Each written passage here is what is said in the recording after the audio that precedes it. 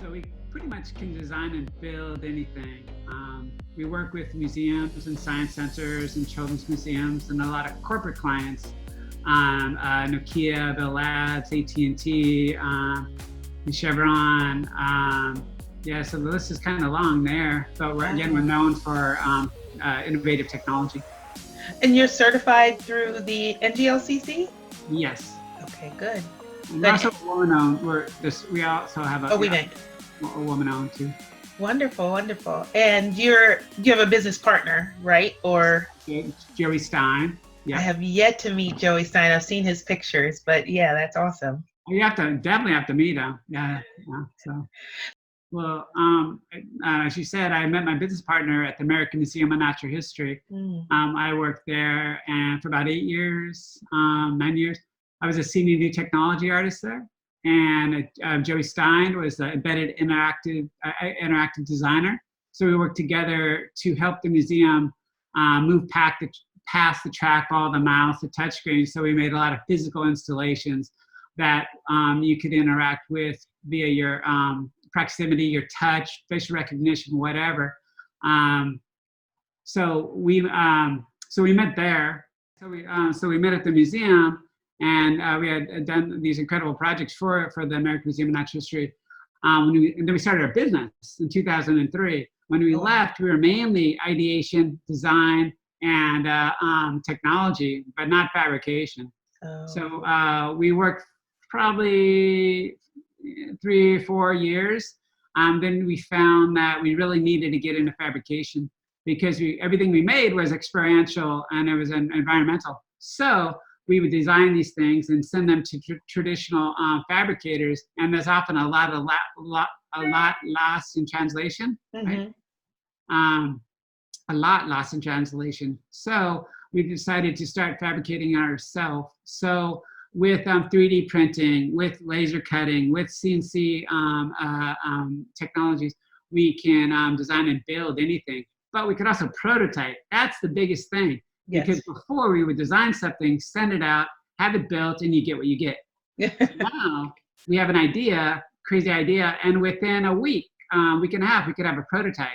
And then we can start to build it, and we can see, why, it could be better. So we could do it again and again and again and again. So we could have multiple iterations of the same installation. So that's key to what we do. I often tell people, a little sarcastically, I guess, but see, every idea I have is brilliant, right? But then you put it out in the world and you find out that it's not, or it's being used completely different, right? Yeah. So because of that, we're able to put an idea, build it, put it out in the world, test it, and see how it's really used. And you find out the idea you had maybe wasn't that great, or is infinitely better because of what you learned after testing it. People, your audiences they're giving you better ideas, and That's you can right. use that, build on it.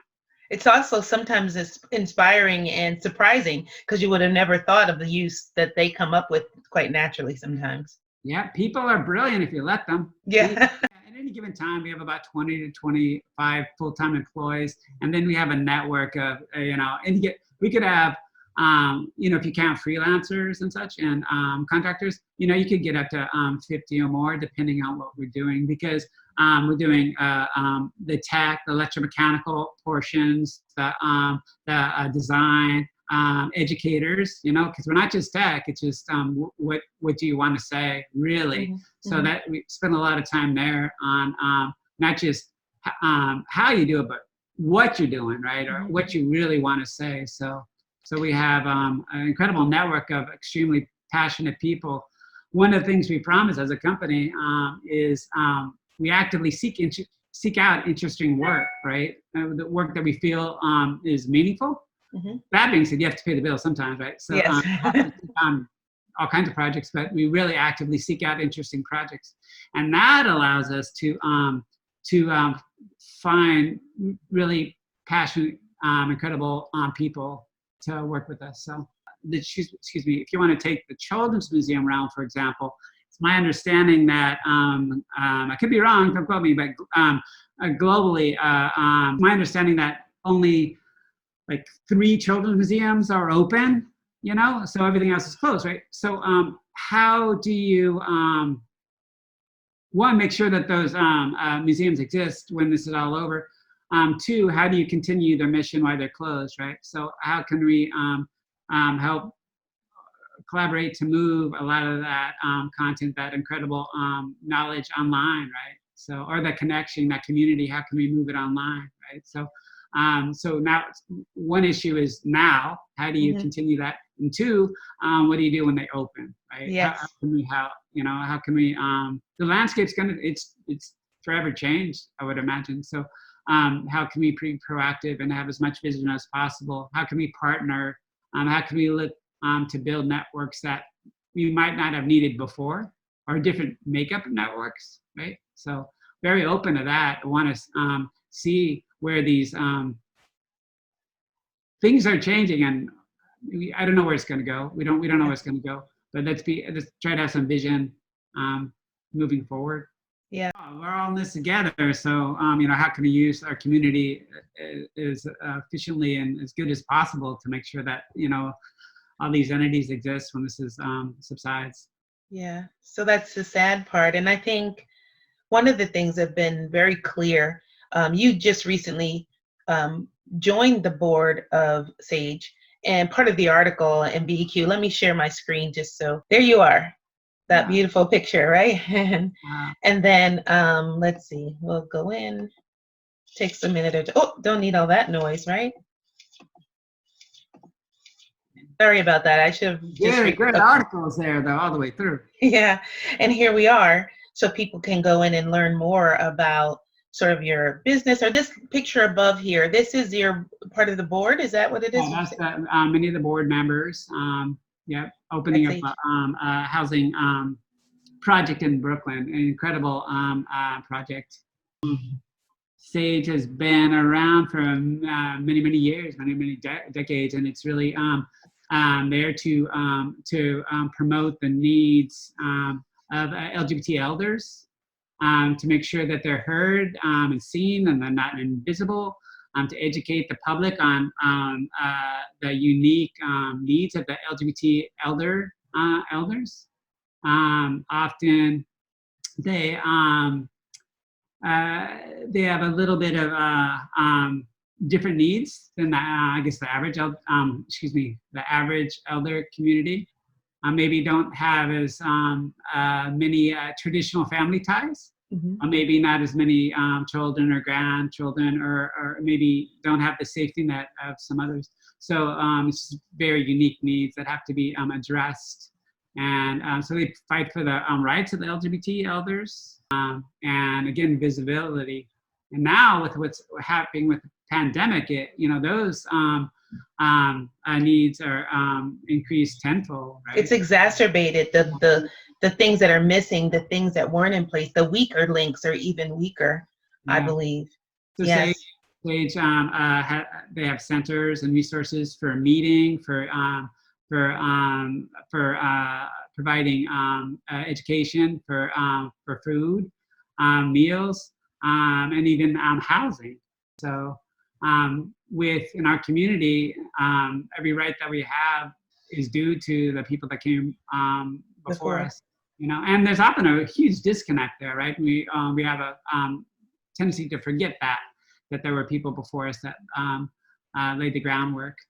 So I believe there's 28 members on the board, and they contacted me about the board. I was definitely I'm honored just to be asked, but they interviewed me like 6 times or something. So they're really serious about who you are, and they wanted the right person on the board. But they've been doing a phenomenal job of trying to diversify the board too. So I believe I was the first transgender board member, and which is definitely very, very important. I just want to make sure that I do the best job as I can. That being said, I only represent myself. I don't represent, every transgender person. Right, of course. All incredibly different. But my goal was to, and it is to hopefully bridge gaps with the various communities. I'm not a spring chicken myself anymore, but but I do play a lot of sports. I still play football and softball and various other sports. And our community, there's a big LGBT sports focus going on in this country. So kind of a big part of that. So my goal was to bring in some of the younger folks, because a lot of the guys I play with, right, are in their 20s. A lot of the women I play with are in 20s and 30s and 40s, right? So how can you start to introduce them to SAGE, SAGE's mission, and try to bring do a lot to bring the LGBT elders and those communities together.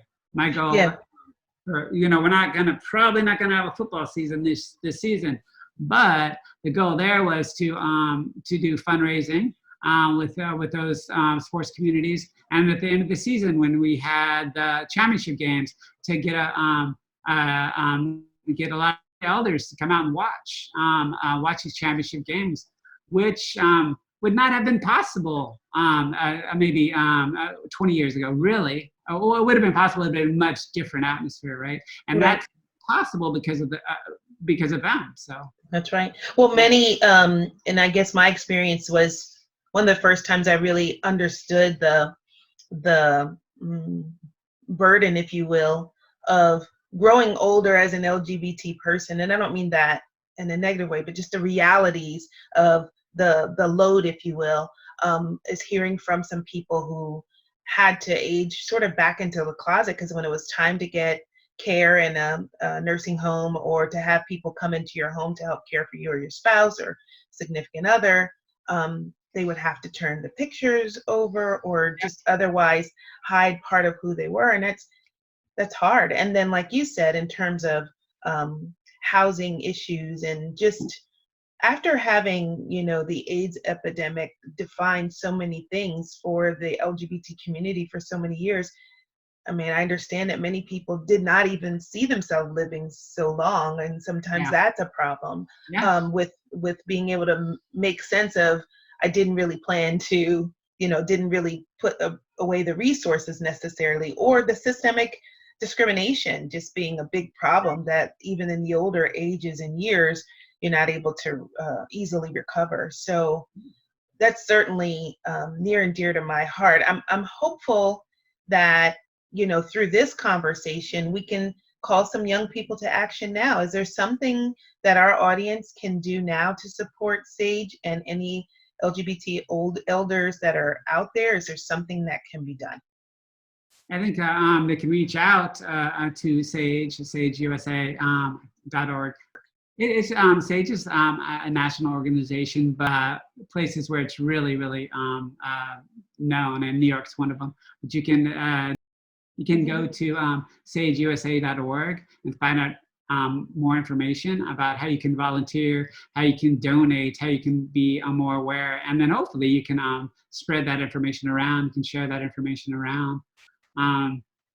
It's important to get involved. It's important to realize that who we are today and the rights we have today can be taken away, and the present administration is doing that. So it's a constant fight, for lack of a better word. It's a constant battle. It's not a natural evolution where things get better and better and better. They can roll back. So we have to be aware, we have to be engaged, and we have to take care of the people around us. And I think SAGE, there's no thinking about it, SAGE does a phenomenal job there of providing support for LGBT elders, but also awareness, again, because we need to learn about our history to know about the present, and maybe more importantly about the future. We need the support much more than ever now because of what's going on, the self-isolation, which was a huge problem before, but now it's just exacerbated for all elders. Yes. But specifically for LGBT elders. It's funny because there's my value to SAGE, if there's any value, is hopefully creating bridges to other LGBT communities such as sports, but also LGBT-owned businesses, right?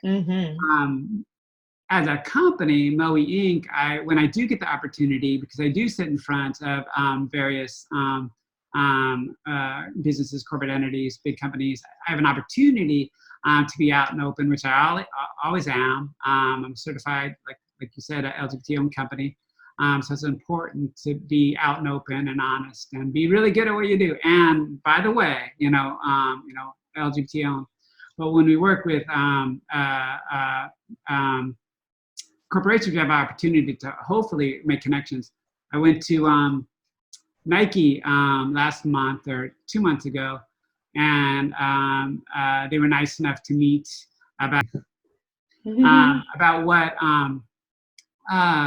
Moey can do for Nike. Right. But also, I had a chance to talk about the Be True brand, right, of clothing, which is a phenomenal thing. Do you know Be True? Right? Be True, yes. So that was all done internally, which I didn't know, by companies that work there, and they kind of snowballed, and now they have the backing of Nike to do this. So when I went there, I talked to them about, well, what if you did a article of clothing or a shoe based on Sage and the LGBT warriors, right? That they are. So they were incredibly kind to sit down and listen, and we could talk about possibilities. I know they did a shoe based on the LGBT flag and Gilbert Baker, right? So that was pretty incredible. But so when you have the opportunity to bring it up, we do. And most of our partners, clients are really happy to talk about that, those ideas. And when there's a chance to do something good and positive, let's make sure there's an opening. Now, it's funny because we talk about everything that's going on now, and then we always talk about community, LGBT community, this or that community. But I think now more than ever, that's going to come into play. I live alone. I haven't really touched anybody physically for like 3 weeks now or something like that, right? Wow. And then, and I assume it's going to be another 4 weeks, 5 weeks, who knows, right? And there's a lot of people, obviously, that are in the same boat, or pretty much all of us, right, to some extent. So I think community is going to come and play much more than ever. So I think that could be. I think that people are starting to understand the importance of community. So I think we have an opportunity to use that in a very positive way when this subsides, and even now, because we have to support each other now. But we really do have a chance to rebuild a lot of things, recreate a lot of things when this subsides. And thank you for all the work that you do. You're welcome, and thank you. Thank you. Bye-bye. You too. Bye-bye.